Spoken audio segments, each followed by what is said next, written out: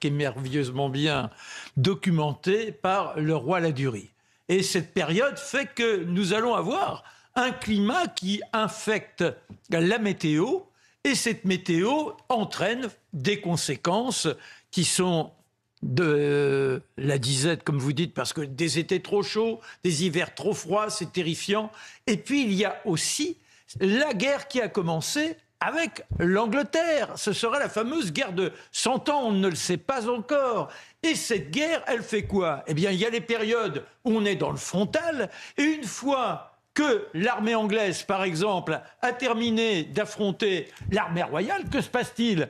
Eh bien, les Anglais, ils sont là sur le territoire, de quoi mangent-ils? Ben, ils vont piller, ils vont violer. Et ils se servent sur l'habitant. Et puis vous avez ceux qui ont quitté l'armée royale. Ben aussi, ils sont en perdition. Alors que font-ils? Eh bien, comme les Anglais, ce sont des bandes qui errent partout. Et dans tout cela, le climat est tellement délétère que les gens, non seulement sont dans la terreur, subissent la famine liée aux mauvaises récoltes, mais il y a la terreur.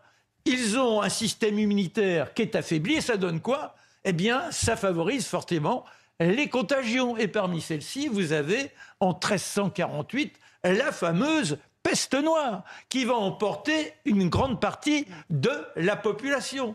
Partie de la population qui disparaît, on manque de main-d'œuvre dans les champs, les nobles, les seigneurs ont besoin de ces gens, et c'est là que l'on appellera donc les paysans. D'ailleurs, le nom... Jacquerie. Oui, non, le nom dont on les affuble, c'est les Jacques Bonhomme. Un Jacques Bonhomme, c'est un paysan. Et quand il se révolte, ça devient une jacquerie.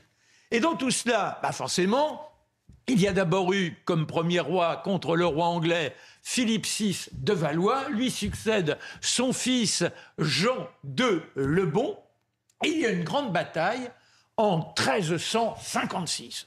Alors, on est là costaud, on a le double d'effectifs sur les Anglais qui sont menés par le prince noir, un jeune gaillard qui a un panache, une vaillance, une cruauté invraisemblables. Et ils sont surtout merveilleusement bien armés. Ils ont les archers, nous on a encore à l'arbalète. Et comme on